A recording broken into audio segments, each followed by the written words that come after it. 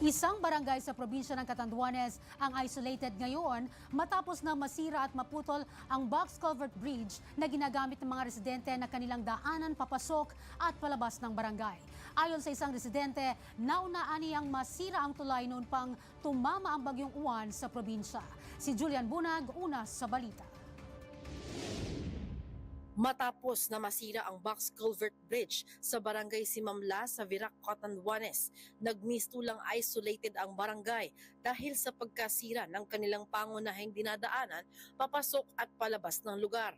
Ang naturang tulay ay una nang nasira noong tumama ang bagyong Uwan sa Catanduanes, pero mas lalo pa itong nasira dahil sa patuloy na pag-ulan. Sa ngayon, nagtutulong-tulong ang mga residente, tricycle drivers at volunteers para pansamantalang makadaan sa tulay. Patuloy naman ang kanilang panawagan sa mga otoridad at kinauukulan para makapagsagawa ng intervention at ng mas matibay at pangmatagalang tulay. Ang bahagi naman na ito sa San Miguel, Catanduanes, naputol ang spillway na siyang nagdurugtong sa mga barangay ng Pagsangahan, JMA Tucaw, Tobrehon at Kaglatawan. Ito ay dulot din ng tuloy-tuloy at walang patid na ulan, dulot ng share line sa probinsya. Ang naturang tulay ay hindi na madadaanan matapos na maanod ang malaking bahagi ng spillway na stranded ang ilang mga sasakyan at nahirapan naman ang ilang mga residente sa pagbiyahe sa lugar.